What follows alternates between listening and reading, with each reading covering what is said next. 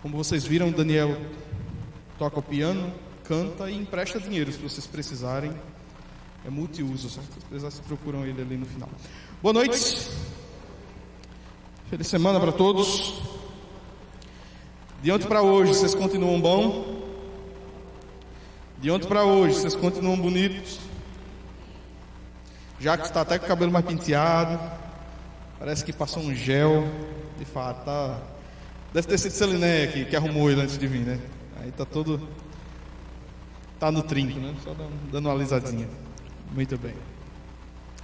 Que bom que nós estamos hoje aqui, mais uma vez, para nós continuarmos aprendendo da palavra de Deus, avançando nesse assunto, que é o assunto mais importante das Escrituras, que é o assunto fundamental, a coluna central, a coluna vertebral da revelação divina. Nenhum outro tema nas Escrituras tem sentido, nenhum outro tema nas Escrituras se sustenta por si mesmo.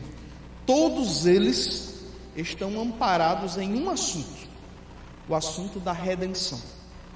As Escrituras são a história contada de Deus redimindo a criação, de Deus resgatando a criação. O Anderson, mas e a criação? O assunto da criação é feito para ancorar a queda e a redenção. Ali coladinho, né? Deus dedicou 2 capítulos e uns quebradinhos para falar sobre a criação. E imediatamente o assunto que já toma o curso do livro de Gênesis é a queda e a corrupção do homem. E Deus já imediatamente lhe dando o Evangelho. Imediatamente o Evangelho já é dado a Adão e Eva quando eles caem em pecado. Quando o texto diz que a mulher, o descendente de Eva, pisaria a cabeça da serpente e a serpente lhe feriria o calcanhar. Ali foi a primeira manifestação do Evangelho, de que haveria vitória sobre a descendência da serpente que ali se montava. Todos os assuntos das Escrituras são fundamentados, desaguam na doutrina da redenção. Tudo. Absolutamente tudo. E nós estamos tirando uma semana para aprender sobre isso, começando do começo, né, irmão Josvan? Começando do começo, nós estamos aprendendo sobre o assunto desde a origem do mal, desde quando o mal germina no coração de Satanás, como um desejo de ser o quê? Deixa eu ver se vocês estão treinados, eu estou fazendo bem o meu papel de instrutor de vocês. O mal, quando se manifesta, germina no coração de Satanás, era alimentado pelo desejo de quê? De ser igual a Deus. Queria ser semelhante ao Altíssimo, colocar o seu trono, colocar seu assento ao lado do de Deus para receber a mesma adoração que ele. Quando ele vem e tenta os seres humanos, o desejo que ele tenta despertar no coração de Eva é o de quê? De ser igual a Deus. Era o desejo de ser igual a Deus. Quando Eva come do fruto, quando Eva experimenta a ideação que ela teve antes de ser igual a Deus, quando ela experimenta o desejo de ser igual a Deus. Interessante, Ellen White, a profetisa dos adventistas, comentando sobre essa cena, ela diz que Adão, quando comeu o fruto, por algum momento no comecinho, Adão sentiu como se de fato alguma coisa realmente grande tivesse acontecido. Naquela hora que ele come o fruto, os poucos minutos que se sucederam ao momento em que ele come o fruto, Adão se sentiu diferente e achou que de fato havia transcendido. Mas durou bem pouquinho. Bem pouquinho. Logo ele já começou a ser tomado de horror, de vergonha, ao perceber as consequências do que ele havia feito. Seja quando as folhas secas começaram a cair, seja quando ele e Eva precisaram sacrificar o primeiro animal para constituir as suas vestes, seja quando viram seu filho morto, quando viram seu filho mais novo, Abel, morto. Eles já enxergaram as consequências do pecado. Nós vimos ontem que o homem, quando peca e o seu coração se corrompe, a descendência de Adão, os filhos de Adão ali de Sete em diante, eles não têm mais a mesma forma que Adão e Eva tiveram. Porque no Gênesis é dito que os nossos pais foram feitos à imagem e semelhança de quem? De Deus. Mas Sete, quando nasce, o novo primogênito de Adão, Sete nasce à imagem e semelhança de Adão, não mais de Deus. E Adão já não tinha mais a natureza sem dolo, a natureza incorruptível de antes. Adão agora já estava corrompido. Seu coração já estava maculado pelo pecado. E ele agora gera uma descendência também com a natureza corrompida. E isso foi se passando. Gerações e gerações foram nascendo com a natureza, com sua natureza corrompida, com sua natureza pecaminosa, desde o início. Inclusive nós aprendemos, né? Aprendemos que nós não nos tornamos pecadores porque pecamos. É o contrário, né? Nós pecamos porque somos pecadores de antemão. O estado em que nós nos encontramos, o estado que a nossa natureza se encontra, é anterior às atitudes que tomamos, é anterior aos nossos atos. Nós agimos da maneira que agimos porque nossa natureza já é caída. Hoje eu queria refletir com vocês. Nosso modelo hoje não vai ser tão semelhante a um estudo como nós fizemos outra vez. Nós vamos analisar uma passagem importante. E nossa reflexão de hoje vai estar em cima de uma história, talvez uma das histórias das mais conhecidas no rol, das mais conhecidas das Escrituras. Inclusive Daniel cantou sobre ela aqui. Então, antes de você pensar em pegar o empréstimo que eu falei lá com Daniel, você pensa na música que ele cantou com a história de Abraão. A história de Abraão e de Isaac. Abra a Bíblia comigo no livro de Gênesis, capítulo 17. O livro de Gênesis é o primeiro livro da Bíblia. Não foi o primeiro a ser escrito, mas pelo menos na ordem aí do livro, é o primeiro. Gênesis, capítulo 17.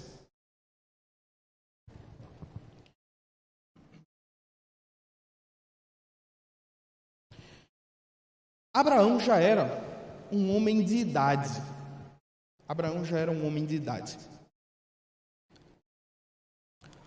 Vindo de família pagã,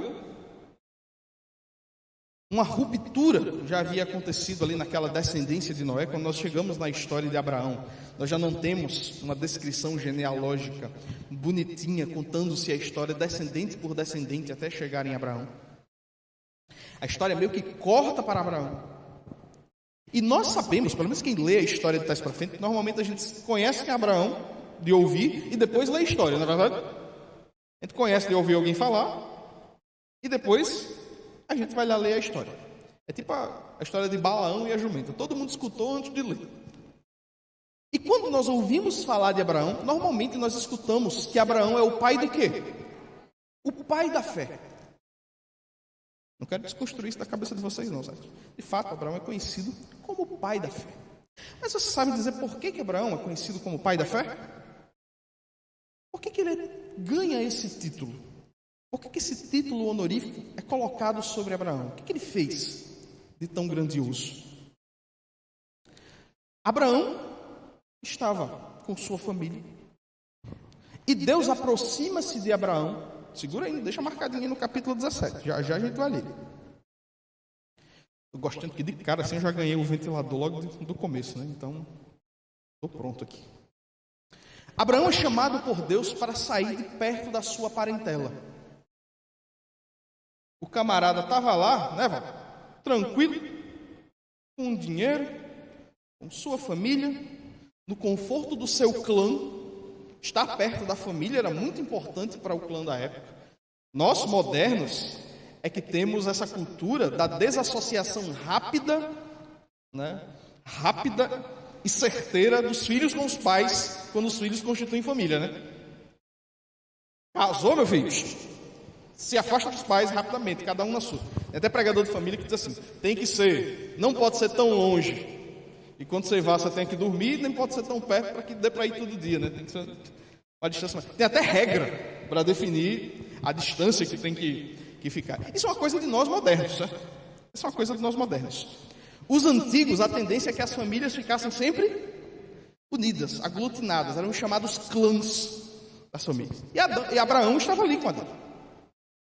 De repente, Deus faz um primeiro convite para Abraão, Deus faz um primeiro convite para Abraão, que já ia contra uma perspectiva de seu tempo. Quem lembra qual é o chamado de Deus para Abraão? Você vai sair da sua casa, você vai sair da sua parentela e vai para um lugar que eu te mostrarei. De cara, Abraão é desconectado do seu clã, para ir para um lugar que talvez ele nem conhecesse. Ele não tinha nem perspectiva. Você só vai andar, meu filho. Não vou dizer para onde é que você vai agora, não. É como se dissesse para o irmão, você vai largar o seu emprego agora, que você vai para um outro que eu vou mostrar para vocês. Mas qual é? Relaxa, confie. Mas eu vou ganhar quanto? Relaxa. Mas eu vou ter que pegar ônibus para ir? Confie no pai. Vai ser 8 horas?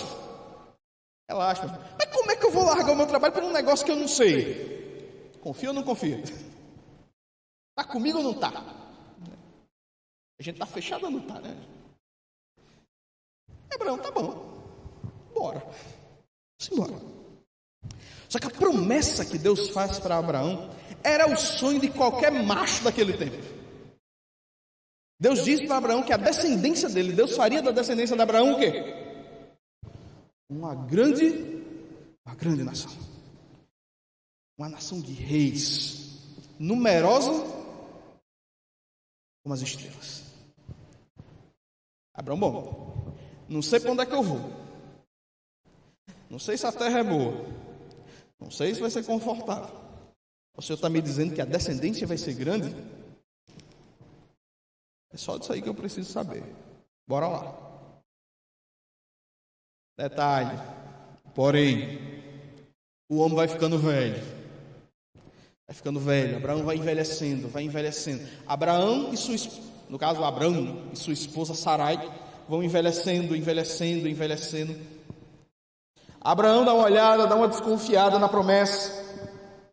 Espera aí, vamos tentar resolver o problema. Sara chega para ele e faz: olha, eu já estou bem coroa já.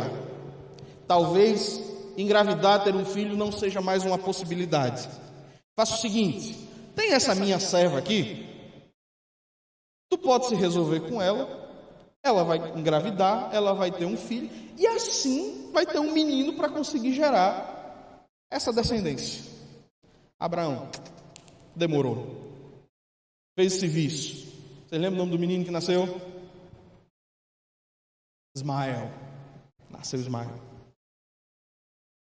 Quando Abraão chegou nos 99 anos, quase 100 anos, Sarai estava com quanto, quem sabe?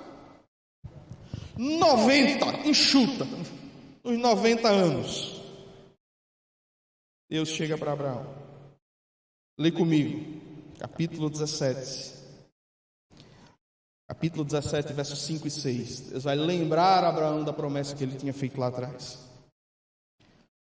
Olha, verso 5. Você não vai ser mais chamado Abrão, senão para você não casa mais. Abrão significava, lá na língua aramaica, pai excelente, algo do tipo. Seu nome agora vai ser Abraão, algo como pai de muitos. Seu nome será Abraão, porque eu constituí pai de muitas nações. Como assim eu constituí pai de muitas nações? Não tinha vindo um ainda. Não tinha. O que veio foi um arranjo. Não era promessa ali sendo cumprida. Era um arranjo.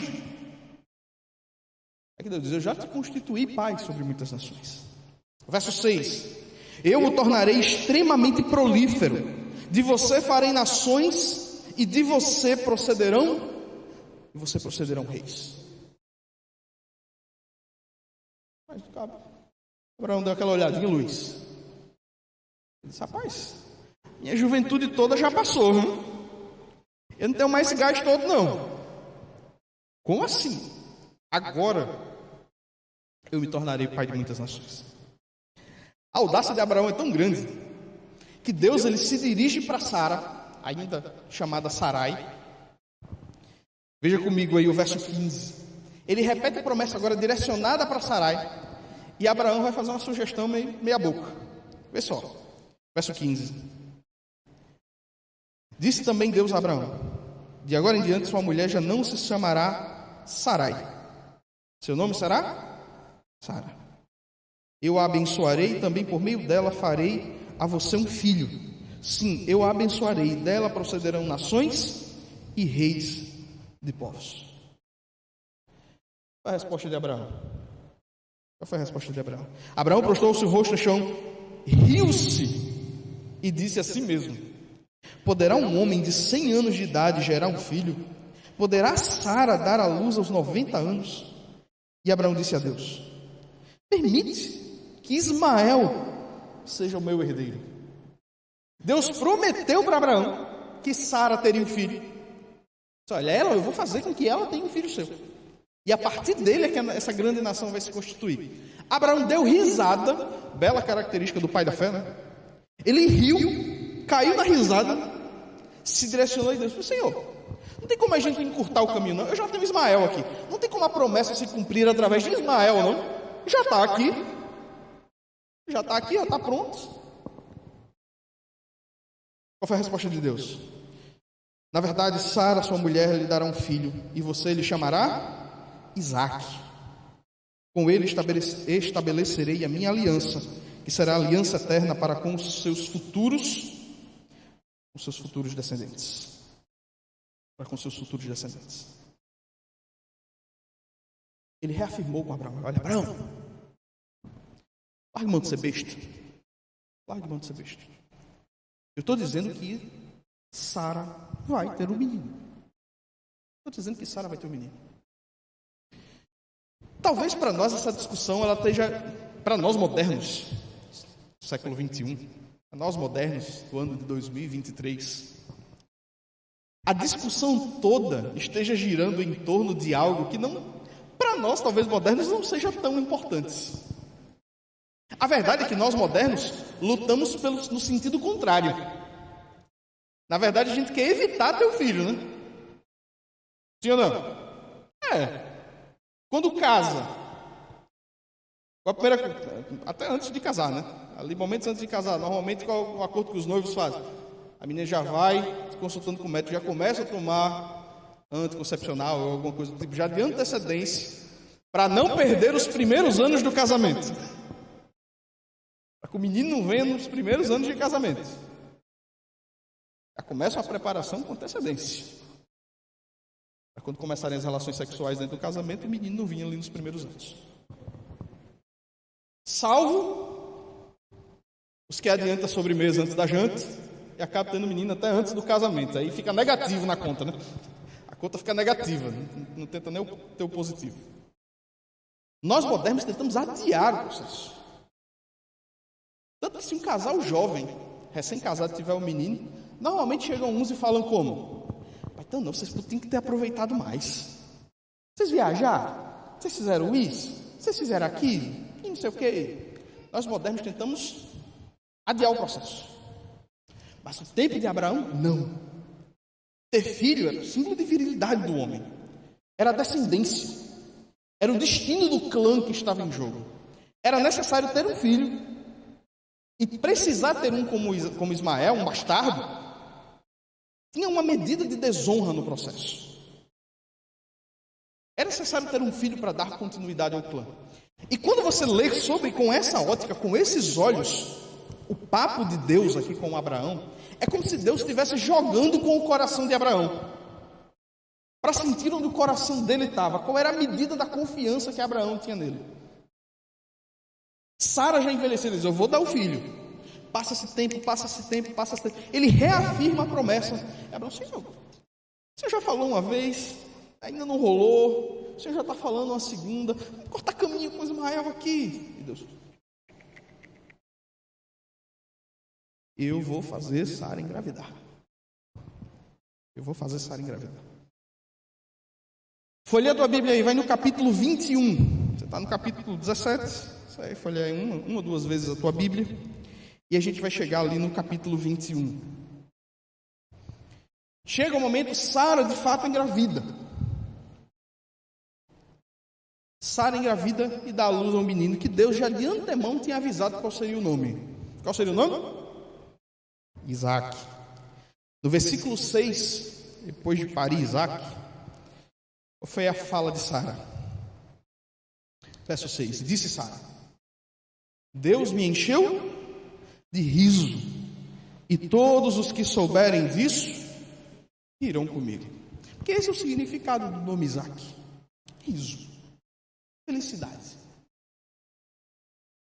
O menino, quando nasce, ele é causa dentro do clã de quê? De felicidade, de riso.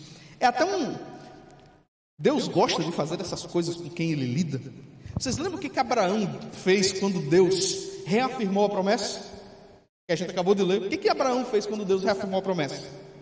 Riu. Mas o riso de Abraão era som de deboche. Abraão dá um riso debochado da promessa divina. Deus depois deu risada, papai. Pois quando Isaac nascer, quando o filho nascer, você vai chamá-lo de riso. Mas não vai ser riso de deboche. Vai ser riso vai ser de alegria, vai ser de felicidade. Vai ter riso no clã. O filho do clã nasceu. Agora o clã de Abraão, o clã abraâmico poderia seguir. Agora a felicidade estava completa. A promessa de Deus para Abraão poderia se cumprir. As grandes nações, o grande povo, a grande descendência poderia se formar através de Isaac. Só que aí Deus quebra a expectativa de Abraão. Essa mensagem para vocês hoje, essa discussão, não é sobre esperar em Deus. Apesar da mensagem falar, apesar do texto, apesar da história falar sobre isso. O nosso tema hoje não é sobre esperar em Deus. Não é sobre confiar em suas promessas. Devemos confiar nas promessas de Deus, devemos esperar em Deus, mas não é sobre isso que eu quero falar com vocês. Abraão esperou, Abraão confiou, a bênção foi dada, o riso foi realizado, a alegria chegou, as promessas se cumpriram. Abraão vislumbrou de longe a grandiosidade das promessas. Ele não veria as grandes nações, ele já estava velho, ele ia morrer. Mas em Isaac ele enxergou o cumprimento da promessa lá na frente, com as grandes nações. Sonho de qualquer macho daquele tempo. Quando a gente chega no capítulo 22, Deus foi a mão que tira, a mão que dá, foi a mão que tentou tirar. Capítulo 22, lê comigo os versos 1 e 2. Versos 1 e 2. Diz assim: Passado algum tempo, Abraão desfrutou da presença de Isaac por algum tempo. Deus pôs Abraão à prova. Abraão, ele respondeu: Eis-me aqui. Então disse Deus: Tome seu filho, seu único filho, Isaac, a quem você ama, e vá para a região de Moriá. Sacrifique-o ali como holocausto, num dos montes que eu te indicarei. A bênção que o Senhor havia dado para Abraão, o cumprimento da promessa em formato de criança que havia sido dado a Abraão e Sara por Deus. Agora Deus diz: olha, eu quero que você sacrifique. E nós modernos olhando isso é um negócio meio aterrorizante, viu? É um treco meio aterrorizante. Deus chegar para você e dizer: você vai matar o seu filho. É uma coisa que nós olhamos e ih, rapaz. Talvez todo o tempo você olhou para esse texto de uma maneira muito poética, muito bonita. Mas eu quero que você pense no que Deus pediu para Abraão aqui. Deus pediu para Abraão assassinar o filho. Está pensando? Se você tiver filho, você coloca meio no lugar aí. Tira esses óculos puramente religiosos. Você olha para o texto e diz: isso aqui, tamanha prova de fé que Deus colocou para Abraão. Deus mandou matar o menino, meu amigo. Deus mandou assassinar o menino. Anos depois que Abraão já teve descendência, depois de Isaac, que teve Jacó, que teve seus 13 filhos, que gerou a nação de Israel, que o povo foi preso no Egito, que o povo foi liberto do Egito, que o povo estava caminhando no deserto, que Deus chegou e instituiu que ele não se agrada do sacrifício de crianças, como os deuses das nações pagãs. Mas Abraão não sabia disso não. qualquer um outro, Levítico para frente, da inscrição do livro de Levítico para frente, se escutasse uma voz vindo no pé do vidro, dizendo, sacrifique o filho, provavelmente ele ia dizer, é o diabo. Porque Deus já havia dito que isso é uma coisa que ele não se agrada, que isso é uma coisa dos deuses pagãos a quem ele tem ojeriza. Abraão não sabia disso não. Abraão não sabia disso não. Mas para ele fazia sentido. Para o pensamento daquele caba, daquele tempo, sacrificar o filho faria sentido. Porque o filho dele, Isaque, o primogênito dele naquele momento, era o representante do clã, era o representante de toda a família. Na mente dos antigos, na mente de Abraão, quando ele ouve a voz do Eterno, dizendo, você vai matar o seu primogênito. Na mente de Abraão, provavelmente, já veio de imediato, que o menino deveria morrer por alguma coisa, alguma culpa, algum pecado do clã. Isaque ali seria o beneplácito para apaziguar a ira de Deus por algo que o clã, que a família dele havia feito, que a sua tribo havia feito. É por isso que de bate pronto Abraão disse, tá bom. Pediu. Em seu coração ele sabia, alguma coisa a família fez, o clã fez, que o primogênito pagaria o preço. E ele toma Isaque e vai. Só que percebam provavelmente o duelo na cabeça de Abraão. O duelo na cabeça do patriarca naquele momento. Porque de um lado, ele entendia, fazia sentido o que Deus havia pedido. Só que por outro lado não fazia sentido porque Deus havia prometido que era de Isaque que viria Jessé. Isaque era um garoto, um rapazote. Como é que as duas coisas se conciliariam? Como o filho pagaria o preço da injustiça do clã e ao mesmo tempo geraria uma descendência gigantesca, conforme a promessa divina. Das duas uma aí. Das duas uma. Ou teria descendência, ou Isaque morreria pelo clã. Deus, em algum aspecto aí, precisaria estar errado na jogada. Ellen White, que eu já citei aqui para vocês, né, profetisa dos adventistas, ela fala que Abraão naquele momento, seu coração se espremeu e sofreu, porque Isaque era a representação personificada de que esperar, de que confiar em Deus renderia frutos. Ele era o riso, a alegria da casa. E sacrificar Isaque era como sacrificar a própria felicidade do lar. Mas nós enxergamos uma coisa interessante em Romanos, a gente leu tanto Romanos essa semana que fiquei a cabeça. Hebreus capítulo 11, falando sobre o tema, o escritor de Hebreus diz que enquanto Abraão ia com Isaque, nele ardia a esperança de que Deus faria o que com Isaque? A única coisa que cabia na cabeça de Abraão para que Deus cumprisse as duas coisas, que Isaque seria o quê? Ressuscitado. O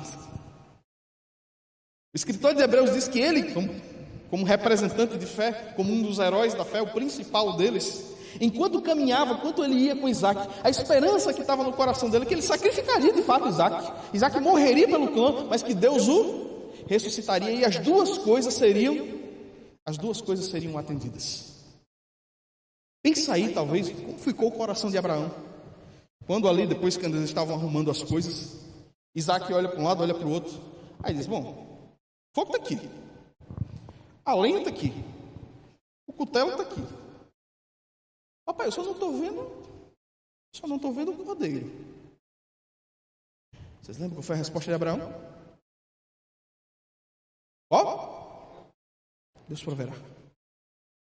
Quando ele se desloca com Isaque da presença ali dos servos para poder ir. Vocês lembram quais foram as palavras de Abraão? Ele disse, eu estou indo ali com o rapaz adorar. E quando nós terminarmos de adorar, ele disse para o servo que ele voltaria com Isaque.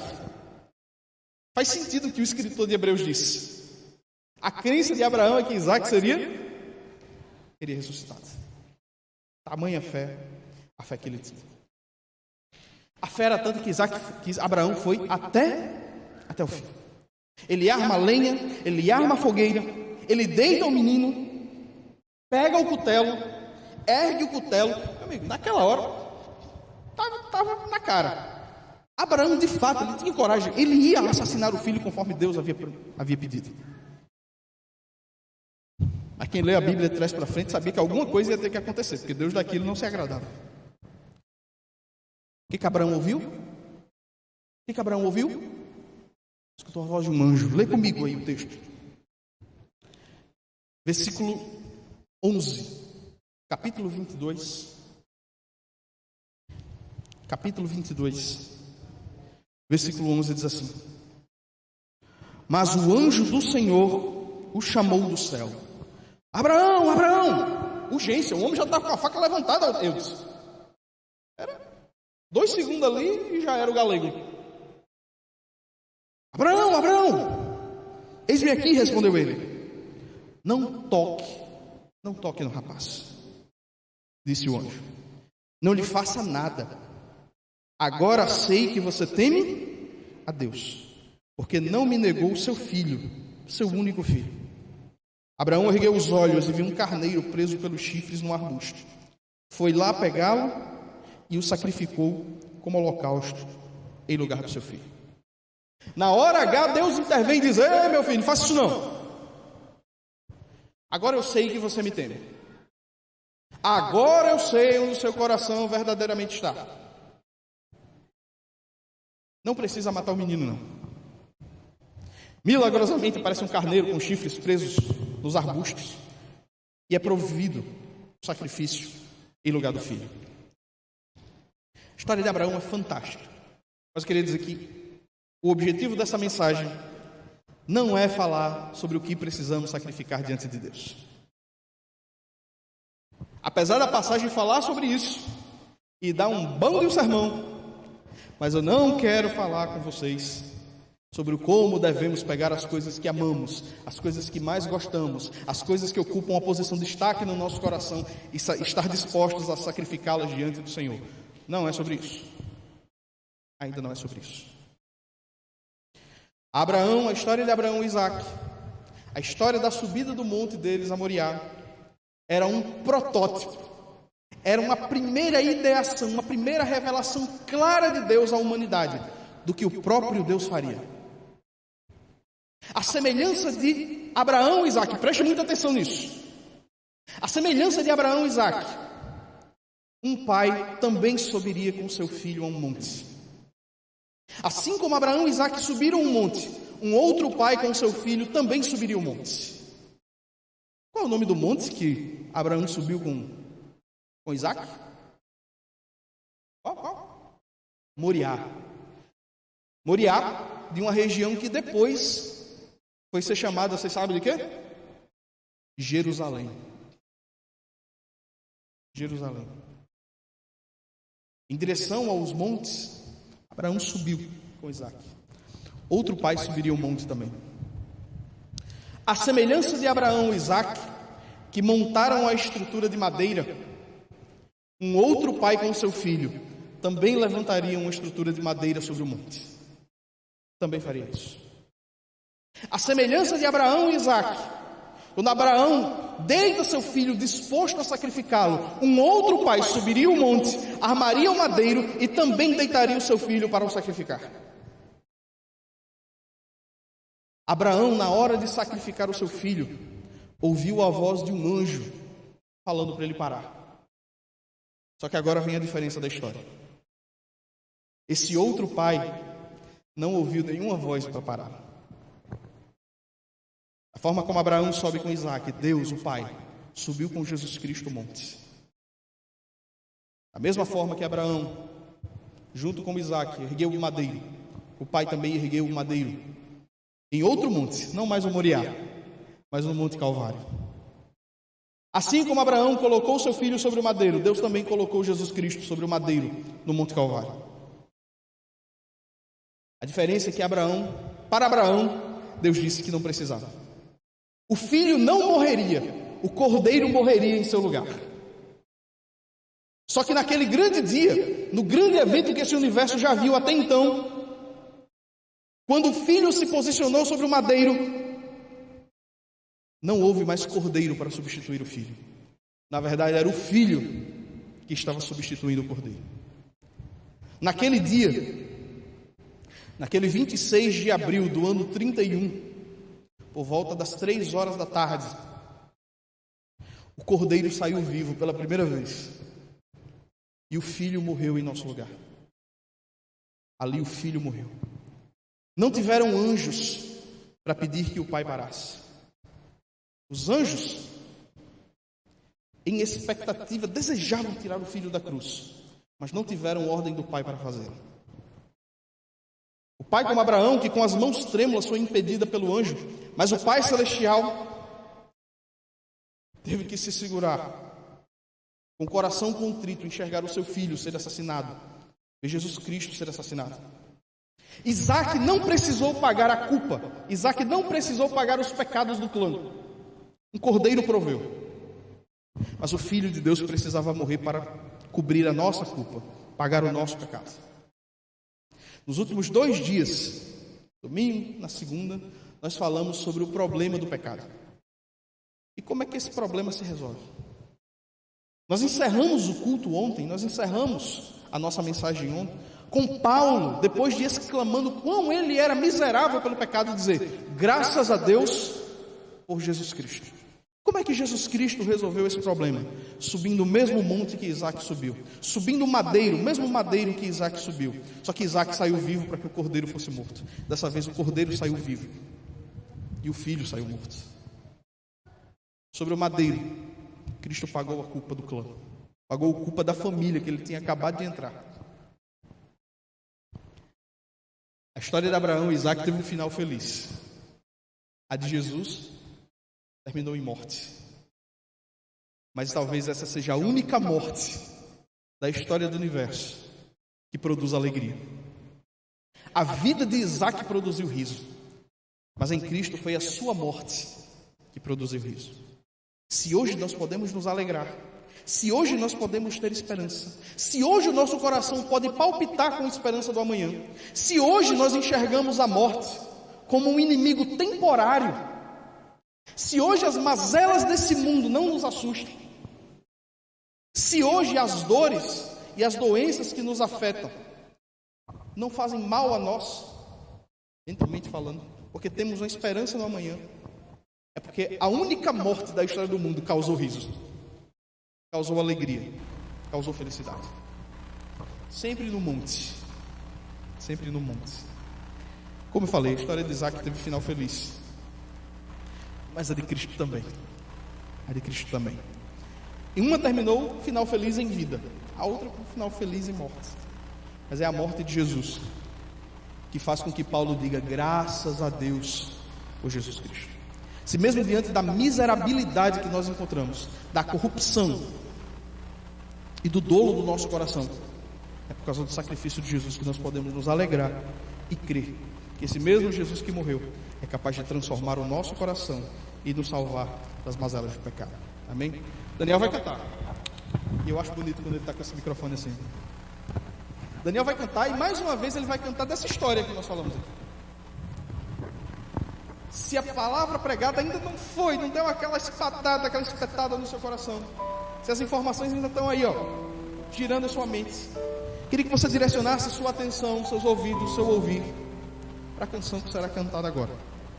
Enquanto Daniel canta, mais uma vez reflita na história do filho que um dia representou Jesus, mas pense na história do filho que de fato trouxe redenção para a sua vida.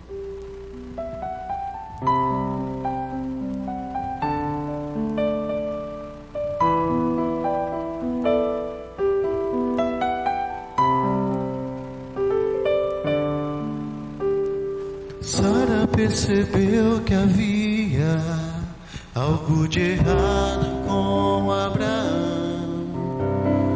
O seu olhar dizia de sua dor, sua aflição. Um dia logo bem cedinho sai com Isaac viajar.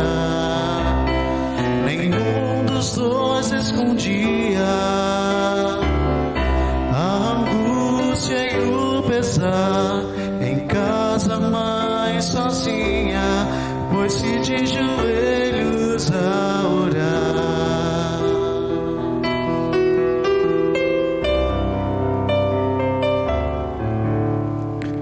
Longos dias se passaram até chegarem ao lugar onde Deus pedia que se erguesse o altar, pegando o querido filho, ergue bem alto o punhal, mas Deus seu nome chama: Abraão, meu servo amado, aqui está o cordeiro, seu filho vai pra casa com você. Vem, entrega a sua vida, o seu melhor ao Salvador. Vem submisso e confia nas maravilhas do Senhor.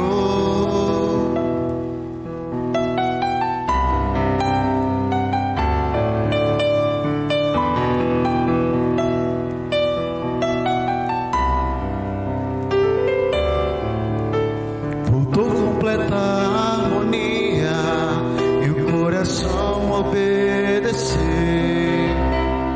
Mesmo na batalha, a confiança não cedeu. Teríamos também coragem de ser fiéis até o fim. Por mais louco que pareça, seu amor jamais nos deixa, seu sangue nos deu vida, não há razão nenhuma pra temer. Vem, entrega a sua vida, o seu melhor ao Salvador. Vem submisso e confia nas maravilhas do Senhor. Vem, entrega a sua vida, o seu melhor ao Salvador. Vem submisso e confia nas maravilhas do Senhor, nas maravilhas do Senhor.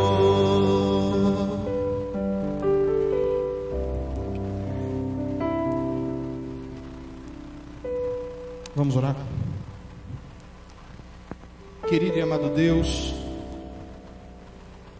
obrigado, Senhor, por mais estranho que pareça, mas para o Senhor ter dado o seu Filho, Jesus Cristo, para morrer em nosso lugar, pagar o preço do pecado, para nos limpar da culpa e nos dar a esperança do amanhã. O Senhor, de várias formas, nos ensina nas Escrituras a grande obra que Jesus Cristo fez por nós. Vemos aprendendo nos últimos dias o tamanho do problema que estamos metidos com o pecado, mas em Cristo Jesus nós estamos encontrando solução. Que Ele fale ao nosso coração. É o que nós pedimos, desde já te agradecemos em nome de Jesus. Amém. Amanhã eu quero falar com vocês uma pergunta que ficou na minha cabeça, talvez para alguns também. Mas por que Jesus precisou morrer? Não dá para resolver esse problema de outro jeito, não? Quero discutir com vocês amanhã, quero que a gente aprenda juntos. Por que Jesus precisou morrer? Ele se sacrificou por nós. Mas por quê? Por que isso precisou ser um evento tão dramático e grandioso? Quero discutir isso com vocês amanhã, não falte não. E se der, ainda traga alguém para ouvir, viu? Deus abençoe vocês.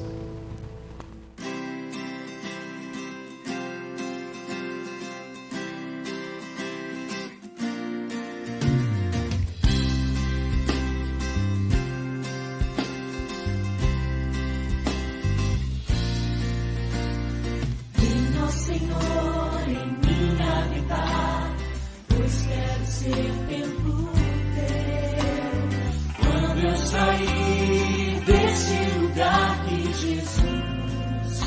permaneça em mim, permaneça em mim, permaneça em mim, permaneça em mim, meu Senhor, permaneça em mim. Venha, Senhor, em mim habitar, pois quero ser templo teu. Quando eu sair deste lugar, que Jesus permaneça em mim, permaneça em mim,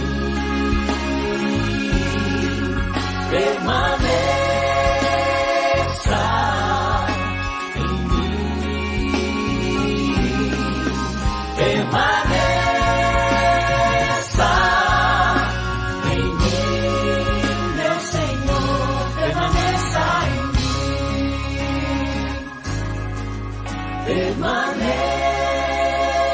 permaneça em mim, permaneça em mim, permaneça em mim, meu Senhor.